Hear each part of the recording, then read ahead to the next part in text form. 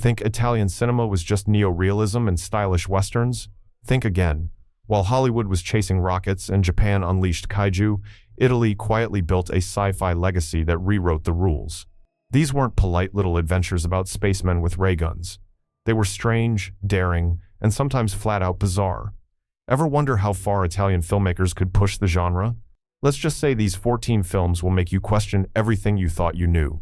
Assignment: Outer Space, 1960.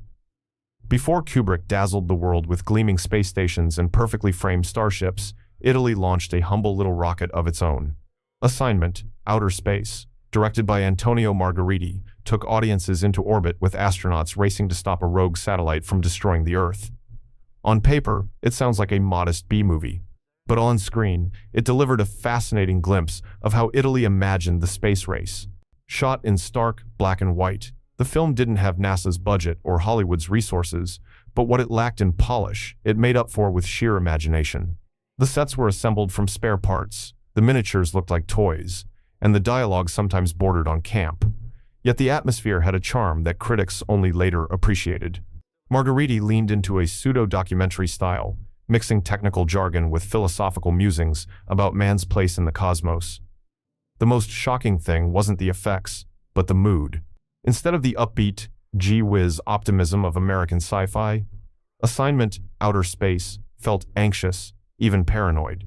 Space wasn't a playground. It was cold, hostile, and ready to wipe us out at the push of a button.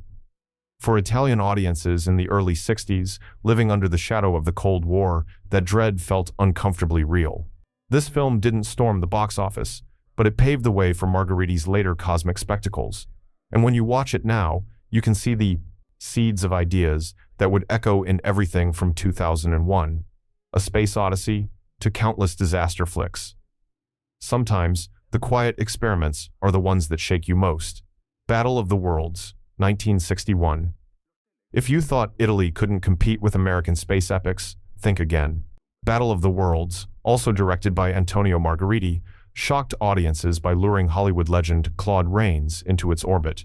Yes, the same actor who once haunted screens as the Invisible Man was now playing a cranky genius mathematician who discovers a rogue planet hurtling toward Earth. From its opening frames, the movie crackles with tension. Astronomers panic, generals posture, politicians dither. And there in the middle sits Rains, delivering lines that sound less like science fiction and more like a Shakespearean monologue about the futility of human pride. It wasn't what people expected from a low-budget Italian production.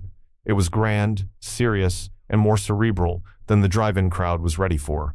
What shocked critics wasn't just the story of a planet on collision course, but the twist. The rogue world wasn't just a rock barreling through space. It was a vessel. Inside was a dying alien race, desperate to survive by any means necessary. Suddenly, the disaster flick became a moral parable about survival, identity, and the terrifying lengths we'd all go to if extinction was on the line. Visually, it combined gaudy miniature work with ambitious matte shots, all filmed through color filters to give space an otherworldly glow. Some laughed at the effects, others admired the ambition. But everyone remembered the mood. Unlike the American disaster films that promised plucky survival, Battle of the Worlds left viewers with a bleak reminder that the cosmos doesn't care about human drama. Years later, directors like Christopher Nolan would cite this film's influence, and you can see why. It wasn't flashy, it was unnerving. It forced audiences to look up at the stars and wonder if something out there might already be heading our way. War Between the Planets, 1966. Antonio Margheriti wasn't done. After Wild Wild Planet turned heads, he doubled down with War Between the Planets. This time, he pitched astronauts against an invisible force tearing the Earth apart from the inside. It wasn't aliens with ray beams or giant monsters smashing cities. It was the planet itself revolting, as if nature had decided humanity's time was up. The film shocked audiences by blending hard science talk with feverish imagery. Vast chasms split open, storms ripped across continents, and entire regions collapsed under mysterious pressure waves. The astronauts weren't dashing heroes. They were fragile, panicked, and often powerless. For 60s moviegoers used to square-jawed commanders saving the day, this bleakness felt unsettling. What really sold the film was Margheriti's use of practical tricks. Sets rotated to simulate weightlessness, models disintegrated under carefully timed explosions, and colored lights bathed everything in surreal hues. It wasn't flawless, but it had a manic energy that made the chaos feel alive. Even more shocking was the story's undercurrent. Long before climate change became a global conversation, war between the planets hinted at ecological collapse and humanity's arrogance in thinking it could control the natural world. Italian critics dismissed it as pulp, but international audiences saw something eerier: science fiction that mirrored their deepest anxieties about the environment. The film didn't make Margheriti a household name, but it secured his reputation as a director who could stretch a tiny budget into cosmic catastrophe. Today, its images of collapsing Earth still hit harder than you'd expect from a mid-60s B picture. Sometimes the end of the world doesn't need aliens. Sometimes it's just us. Snow Devils, 1967. By now, Margheriti had turned his sci-fi cycle into a runaway train. And then, he went colder. Snow Devils was one of the strangest, most audacious Italian space adventures of the decade. Instead of focusing on spaceships, it threw audiences into the icy Himalayas, where mysterious avalanches and freak weather hinted at a sinister plot. The big reveal? Alien invaders, using Earth's poles as staging grounds to conquer the planet. Suddenly, a mountaineering expedition turned into a war for survival against beings hidden beneath the snow. For audiences in 1967, the setting alone was shocking. Most sci-fi films of the era unfolded in deserts, jungles, or outer space. Rarely did they brave the frozen wilderness. Visually, the film leaned on clever miniatures of ice caves, blizzards created on soundstages, and daring outdoor shoots in the Italian Alps. Actors trudged through real snowstorms while spouting dialogue about alien weather machines. It was both absurd and mesmerizing. Critics scoffed at the pulpiness, but fans loved its sense of adventure. Where else could you see astronauts battling unseen forces on a snow-capped mountain? The film's psychedelic color palette turned white landscapes into surreal dreamscapes, and the theme, nature as a battleground for cosmic domination, foreshadowed eco-sci-fi decades later. It might not have scared audiences with gore or spectacle, but it chilled them with the idea that the enemy could be hiding anywhere, even under your feet. Snow Devils proved that Italian sci-fi didn't just mimic Hollywood, it carved out strange new landscapes that Hollywood wouldn't dare touch. Mission Stardust, 1967. By the mid-60s, Italy wasn't just making original space operas, it was adapting pulp icons too. Mission Stardust, directed by Primo Zeglio, was based on Germany's beloved Perry Rodan series, one of the most popular sci-fi pulp sagas in the world. Bringing it to the screen was a bold move, and what Italy delivered shocked fans of the books. The story followed astronaut Perry Rodan landing on the moon, only to encounter stranded aliens whose advanced technology could change humanity forever. It should have been grand cosmic adventure. But the Italian adaptation blended pulpy space exploration with spy movie flair, giving the whole thing a Eurocamp flavor. What stunned audiences was the mix of tones. On one hand, you had sleek rockets, laser battles, and philosophical debates about progress. On the other, you had suave agents, colorful gadgets, and stylish villains more at home in a Bond flick than deep space. It didn't always mesh, but it never bored. Visually, the film tried to stretch a modest budget into something cosmic. Miniatures stood in for lunar bases, glowing gels painted the interiors, and alien technology looked suspiciously like redecorated furniture, but the sheer energy carried it through. And for many viewers, this was their first time seeing Perry Rodan come to life, however loosely adapted. The shock came from expectation versus delivery. Fans wanted a faithful pulp adventure. What they got was an Italian remix that felt like half space epic, half psychedelic spy caper. Some hated it, others adored it. Today, it stands as a fascinating snapshot of how Italy filtered global pop culture through its own lens. Love it or laugh at it, Mission Stardust remains unforgettable. Morel's Invention, 1974.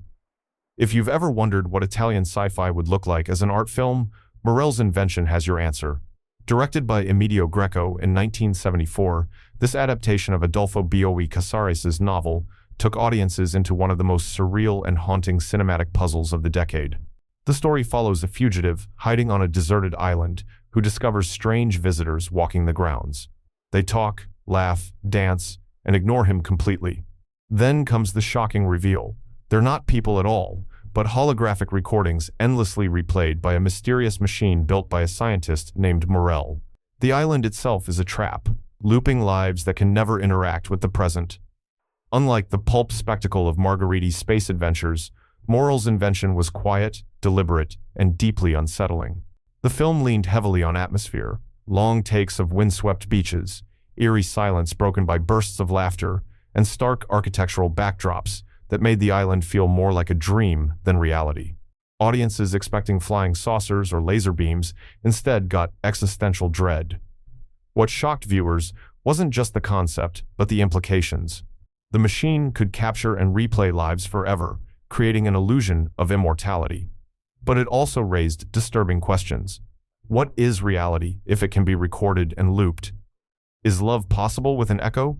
Is death truly final if your image never fades? For Italian cinema, still rooted in either spectacle or social realism, this was daringly philosophical. Critics hailed it as ahead of its time. Later, filmmakers like Alain Resnais and Chris Marker would explore similar themes of memory, identity, and time loops. And decades later, echoes of Morel can be seen in everything from Westworld to Black Mirror. It may not have shocked audiences with explosions or monsters, but it shook them with ideas. And sometimes, that lingers longer than spectacle. Who? 1974. When East and West were locked in Cold War paranoia, Italy stepped into the fray with Who, a chilling co-production released in 1974. Known in some markets as Roboman, it fused spy thriller tension with unsettling sci-fi body horror, creating a film that left viewers rattled. The premise was razor-sharp. An American scientist is nearly killed in an accident. Rescued by foreign agents, he's rebuilt with cybernetic implants and sent back home. But here's the catch. No one can tell if he's still the same man or now a programmed double working for the other side. Trust evaporates. Every conversation feels like a test. The central question hangs over the film like a storm cloud. How do you prove someone's humanity when half of them is machine? For audiences in 1974, this was a shock. Italy had produced plenty of sci-fi spectacle, but Who hit nerves by tackling identity, loyalty, and technology in ways usually reserved for heavyweight novels. The mechanical prosthetics, created on a modest budget, weren't sleek or glamorous. They were clunky, scarred, and unsettlingly human. That raw imperfection made them far more believable than glossy Hollywood effects of the era. The film's tone leaned into paranoia. Long silences, lingering stares, and hushed conversations amplified the sense that nothing could be trusted. It was part spy movie, part existential nightmare. Critics noted how it blurred the line between science fiction and psychological drama, refusing to give viewers easy answers. Was the man a hero, a traitor, or something caught in between? What shocked audiences most was how personal it all felt. Unlike cosmic battles or alien invasions, Who turned the spotlight inward. It asked viewers to consider their own fragility, their own dependence on technology, and whether humanity is defined by flesh or by choice. It's no wonder this film remains a cult curiosity today. Italy had shown that the most dangerous battlefield of all was identity itself. The Humanoid, 1979. When Star Wars took the world by storm, Hollywood wasn't the only industry scrambling to imitate it. Italy answered with The Humanoid, directed by Aldo Lado in 1979, and audiences were stunned by how shameless yet wildly entertaining the result turned out to be. Starring Richard Kiel, yes, the towering actor who played Jaws in the James Bond films, this movie gave him the role of a lifetime, a gentle giant turned into a chemically enhanced warrior by a galactic tyrant. From its very first scenes, viewers could tell this wasn't just a quick cash-in. It had ambition, style, and a uniquely Italian spin on space opera. The villainous empire wasn't slick and polished. It was campy and excessive, with glowing costumes and bizarre laboratories. Instead of high-tech blasters, the film gave us disco-styled wardrobes, improbable romances, and a robot dog sidekick so blatantly inspired by R2-D2 that George Lucas reportedly laughed out loud when he saw it. What shocked audiences most was how the movie veered between heartfelt sincerity and over-the-top parody. Richard Kiel's Humanoid wasn't just a muscle-bound enforcer, he was a tragic figure, torn between the programming forced upon him and the kindness he couldn't fully erase. Watching him smash through walls one moment and comfort children the next created a bizarre emotional roller coaster. Visually, the production was infamous. Lato's team allegedly used actual blueprints from Star Wars to construct their sets and ships, prompting legal threats that were ignored. When the budget collapsed mid-shoot, they finished key sequences in a rock quarry with hand-painted backdrops, and somehow, the results looked surreal and even artistic. The film's electronic score, crafted by Ennio Morricone's students, pulsed with hypnotic rhythms that gave the campy visuals unexpected gravity. Audiences left unsure if they'd seen a parody, a tribute, or both. In the end, the Humanoid shocked by proving that imitation doesn't always mean empty copying. Italy took Lucas's formula, twisted it with its own wild creativity, and delivered a space adventure so strange that it still lingers in cult circles today. The Last Man on Earth, 1964. Before Will Smith fought through empty cities and Charlton Heston battled mutant cults, Vincent Price stalked deserted streets in The Last Man on Earth, a haunting Italian-American production from 1964. It was the very first adaptation of Richard Matheson's novel I Am Legend, and it stunned audiences with its bleak vision of human extinction. Price played Dr. Robert Morgan, the lone survivor of a plague that has turned the rest of humanity into pale, shuffling creatures. Every day, he fortified his home, hunted the infected, and clung to routines to keep his sanity. Every night, the monsters gathered outside, chanting his name. The repetition, the isolation, the gnawing dread audiences had never seen anything like it. Shot around Rome, the film turned familiar streets into eerie ghost towns. Wide shots of empty piazzas and desolate suburbs gave the story an authenticity American backlots couldn't match. The infected themselves, dressed in ragged clothes and staggering through the ruins, were shocking in their simplicity. They weren't elaborate monsters. They looked disturbingly like neighbors and family members stripped of humanity. What made the film unforgettable was Vincent Price's performance.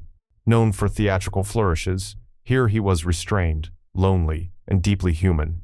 His whispered monologues about despair and survival carried more weight than any special effect could. The shock wasn't in the jump scares. It was in the crushing realization that survival can be worse than defeat. Critics at the time were lukewarm, but later generations hailed it as the truest adaptation of Matheson's novel. Its DNA can be traced through Night of the Living Dead, The Omega Man, and even modern apocalyptic cinema. The Last Man on Earth shocked not with spectacle, but with silence. And it left audiences with a question that still chills. If you were the last human alive, how long before you stopped feeling human at all? You're The Hunter from the Future, 1983. What happens when Italy tries to mix prehistoric fantasy with outer space sci-fi? You get You're The Hunter from the Future. Released in 1983 and directed by Antonio Margheriti, this film became infamous for its bizarre genre mashup. At first glance, it looks like a caveman adventure, complete with dinosaurs, primitive tribes, and our blonde, muscle-bound hero swinging a stone axe. But halfway through, the rug gets pulled. This isn't prehistory. It's the future, after the collapse of civilization. That revelation shocked audiences. Suddenly, what looked like a campy survival adventure turned into a full-blown science fiction epic, with futuristic fortresses, androids, and space-age technology clashing with primitive societies. Italian filmmakers had played with post-apocalyptic visions before, but few took such a wild tonal detour in the middle of a movie. The film's production was chaotic. Shot in Turkey for exotic landscapes, it featured rubber dinosaurs, miniature volcano eruptions, and costumes that ranged from fur tunics to shiny space armor. Critics laughed at its awkward dialogue and clumsy effects, but audiences embraced its unfiltered energy. The theme song alone, belting out Yours World, became a cult sensation. What shocked most viewers wasn't the cheesiness, but the audacity. Yor asked, "What if history loops back on itself?" Cavemen with laser guns may sound absurd, but the film leaned into it with total conviction. That fearless commitment turned its flaws into charms. By the time the credits rolled, audiences weren't sure if they had watched a bad movie or an oddly brilliant experiment. Either way, they couldn't forget it. That's the magic of Italian sci-fi. It doesn't play safe. It swings big, even if it misses. And sometimes, missing that hard makes the biggest impact of all. Hands of Steel, 1986. If the 80s were the age of cyborgs, leave it to Italy to deliver one of the strangest. Hands of Steel, directed by Sergio Martino in 1986, shocked audiences with its gritty, low-budget spin on cyberpunk. The premise? A hulking cyborg assassin is programmed to eliminate an environmental scientist whose research could change the future. But things go sideways when the cyborg develops a conscience. What audiences didn't expect was how raw the film felt. Hollywood's cyborgs were slick, gleaming metal, neon cities, cutting-edge tech. Italy's version was dirtier, sweatier, and more desperate. The cyborg's metal arm looked brutal and functional, not stylish. The desert landscape stood in for a scorched future. Instead of chrome skyscrapers, we got motels, diners, and rundown factories. It was cyberpunk, filtered through exploitation grit. The film's most infamous shock came from its centerpiece: arm wrestling matches. Yes, in a movie about saving humanity, the hero proves his dominance in a dusty bar by crushing challengers at the table. Ridiculous? Absolutely. But it's also what made the film unforgettable. Those matches, shot with sweaty close-ups and pounding music, became as iconic as any laser battle. Audiences were also surprised by the film's unexpectedly tender moments. Despite being built to kill, the cyborg wrestled with his programming, torn between mission and morality. That human struggle elevated what could have been cheap pulp into something strangely moving. Critics mocked it, but fans kept watching. Today, Hands of Steel is considered a cult classic, beloved precisely because it's scrappy, weird, and unapologetically bold. It showed that Italian sci-fi could go head-to-head with Hollywood trends and deliver something just as memorable, if not more unique. Endgame, 1983. By the early 80s, Italy had turned post-apocalyptic futures into an industry, and Endgame was one of the wildest. Directed by Joe D'Amato in 1983, the film shocked audiences with its vision of a devastated New York, where survival isn't just a necessity, it's a televised sport. The setup was outrageous. In a ruined city, people compete in deadly contests, broadcast for entertainment, while scavenger gangs and mutants roam the wasteland. Long before reality TV or dystopian death games hit mainstream, Endgame was spelling out a future where spectacle replaced humanity. For early 80s viewers, that felt less like fantasy and more like a frightening possibility. The visuals were pure Italian excess. Abandoned industrial lots doubled as crumbling skyscrapers, while gladiator costumes mixed leather jackets with makeshift armor. The mutants, with their rubber masks and glowing eyes, looked cheap but carried real menace. The chaos was non-stop motorcycle chases, rooftop duels, and explosions stitched together with feverish pacing. What shocked viewers wasn't just the violence, but the commentary. Buried under all the camp was a pointed jab at media and politics. Endgame suggested that when society collapses, entertainment won't disappear, it'll just get uglier. That cynical prediction has only grown more relevant. Critics dismissed it as trashy exploitation, but fans recognized its ambition. It mashed together the bleakness of Mad Max with the twisted showmanship of Rollerball, filtered through unmistakable Italian flair. Today, it stands as a time capsule of how filmmakers imagined humanity's future: desperate, televised, and brutally absurd. In the end, Endgame shocked because it didn't hold back. It wasn't polished, but it didn't need to be. It was bold enough to say the future might be one long rating stunt. And maybe that's scarier than any alien invasion. Warrior of the Lost World, 1983. What happens when you cross a spaghetti western, a biker movie, and post-apocalyptic sci-fi? You get Warrior of the Lost World, a delirious Italo-American co-production from 1983. This was Italy's attempt to ride the Mad Max wave, and what it delivered shocked audiences with its sheer weirdness. The film follows a lone wanderer battling an oppressive regime called the Omega. He's armed not with futuristic gadgets, but with a high-tech talking motorcycle that became the movie's most infamous character. Yes, the bike talks. And not just a few lines, it gives commentary, arguments, and sarcastic quips, stealing scenes from its human co-stars. For viewers in the 80s, this was as ridiculous as it was unforgettable. Shot in Rome and the Italian countryside, the film dressed abandoned quarries and highways as desolate wastelands. Extras in football pads and spray-painted helmets filled the screen, roaring in dune buggies and cobbled-together vehicles. The world didn't look polished, it looked lived in, desperate, and unstable. What really shocked audiences was the mashup of tones. One moment, it played like a gritty survival drama, the next like a parody. The motorcycle's constant banter made the chaos both absurd and entertaining. Critics groaned, but fans in grindhouse theaters howled with delight. While Warrior of the Lost World didn't achieve the cult prestige of Mad Max, it became a staple of late-night TV and VHS rentals. Its charm lies in its audacity. Italy once again proved it could take a global trend and twist it into something completely its own. For better or worse, no one ever forgot that talking bike. And that, more than anything, is why this oddball slice of Italian sci-fi earned its place in history. So, there you have it. 14 more Italian sci-fi films that didn't just entertain, they shocked, confused, and sometimes flat-out baffled audiences. From cavemen with laser guns to cyborgs who arm wrestle, Italy never played by Hollywood's rules. Which of these cosmic oddities would you dare to watch first?